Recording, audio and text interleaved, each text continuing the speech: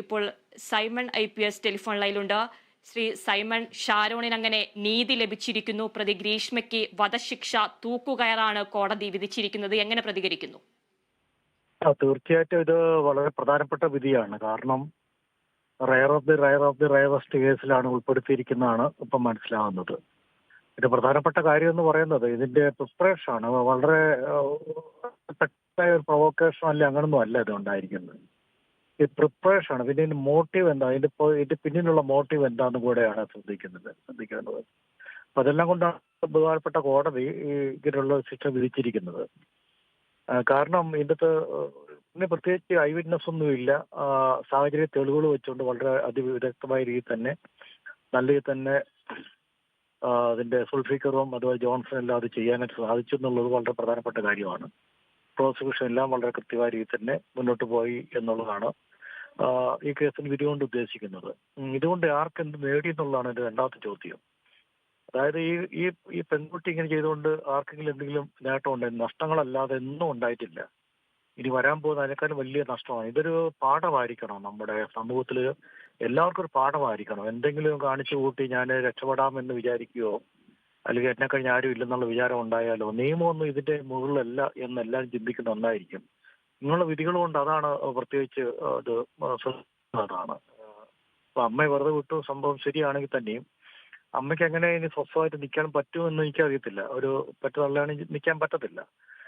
അതുകൊണ്ട് ഇത് കൃത്യമായ രീതിയിലുള്ള ഒരു അന്വേഷണവും അതിനോടൊപ്പം തന്നെ നല്ല രീതിയിലുള്ള ഒരു എല്ലാ തെളിവുകളും ബഹുമാനപ്പെട്ട കോടതി മുമ്പാകെ സമർപ്പിച്ചു എന്നുള്ളതാണ് വളരെ പ്രധാനപ്പെട്ട കാര്യം. അതുകൊണ്ട് ഈ ശിക്ഷാവിധി വളരെ നല്ല കാര്യമാണ്. പക്ഷെ അതോടൊപ്പം തന്നെ മറു സൈഡ് ഞാൻ പറഞ്ഞു തന്നെയാണ്, ആർക്കെന്ത് നേടി എന്നുള്ളതും എല്ലാവരും ഒന്ന് ചിന്തിക്കേണ്ടതാണ്. കാരണം എല്ലാം ചിന്തിക്കാന്ന് വെച്ചിട്ടുണ്ടെങ്കിൽ ഒരാൾ ജീവൻ നഷ്ടം, അതോടൊപ്പം തന്നെ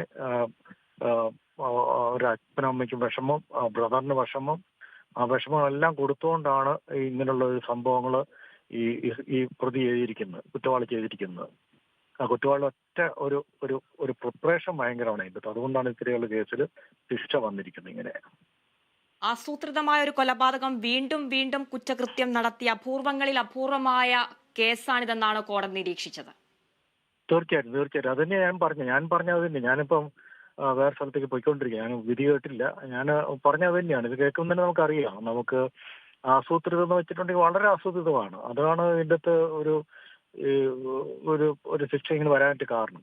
പ്രത്യേകിച്ച് കൊലപാതകം ചെയ്തു എന്നുള്ളതിനേക്കാൾ ഉപരിയായിട്ട് അതിന്റെ ആസൂത്രണമാണ് ഏറ്റവും പ്രധാനമായിട്ട് നിൽക്കുന്നത്. ആസൂത്രണം എങ്ങനെ ചെയ്തു, അപ്പോൾ മനുഷ്യനെ കൊല്ലാൻ വേണ്ടി തന്നെ എത്രത്തോളം അടുത്ത കൂർമ്മ ബുദ്ധി ഉപയോഗിച്ചു എന്നുള്ളതാണ്. അത് ഭാവിയിൽ സമൂഹത്തിന് തന്നെ ബുദ്ധിമുട്ടാവും. അങ്ങനെയുള്ള ഒരു പെൺകുട്ടി പിന്നീട് കേരളത്തിൽ ജീവിച്ച് വളരുമ്പോൾ സമൂഹത്തിന് ബുദ്ധിമുട്ടാവുന്നുള്ള കോടതിക്ക് വന്നിരിക്കുന്നത്.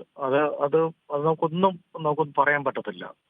അങ്ങനെ ആസൂത്രിച്ച് പിന്നെയും എങ്ങനെ ഒരു മനുഷ്യനെ കൊല്ലാൻ വേണ്ടി ശ്രമിക്കുന്നു, എങ്ങനെ കൊല്ലാൻ പറ്റുന്നു എന്നുള്ളതാണ്. ഇത്രയും പ്രായം കുറഞ്ഞ കുട്ടിക്ക് എങ്ങനെ കൊല്ലാൻ പറ്റുന്നു, അതാണ് നമ്മൾ ചിന്തിക്കേണ്ടത്. അതായത് കുട്ടി പറയുന്നുണ്ടല്ലോ, പ്രതി പറയുന്നുണ്ടല്ലോ, എനിക്ക് പഠിക്കണം അങ്ങനെ പറയുന്നുണ്ട്. പക്ഷെ മറ്റൊരു നമ്മൾ ചിന്തിക്കുമ്പോൾ ഇത്രയും പ്രായം കുറഞ്ഞ കുട്ടിക്ക് എങ്ങനെ ചിന്തിക്കാൻ സാധിക്കുന്നു എന്നുള്ളത്, വലിയ കടുത്ത ബുദ്ധിയിൽ എങ്ങനെ ചിന്തിക്കാൻ സാധിക്കുന്നു, എങ്ങനെ മനുഷ്യ കൊല്ലണം ചിന്തിക്കുന്നു, എങ്ങനെ ഒരു മനുഷ്യനായിട്ട് ഇങ്ങനെ അവരുടെ അച്ഛനും അമ്മയും അല്ലെങ്കിൽ ഭവിഷ്യത്ത് എല്ലാം അവർക്ക് അറിയാം. പക്ഷെ അതിനൊന്നും വെല്ലുവിളിച്ചുകൊണ്ടാണല്ലോ ചെയ്തത്.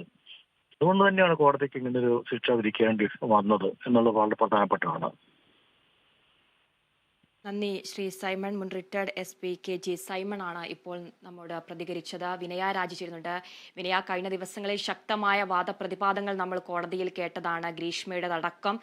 എന്നാലും പ്രോസിക്യൂഷനും കുടുംബവും അടക്കം പരമാവധി ശിക്ഷ വധശിക്ഷ തന്നെ നൽകണമെന്ന് ഉറച്ചു പറയുന്ന ഒരു സാഹചര്യമാണ് ഉണ്ടായത്. തുടരാം.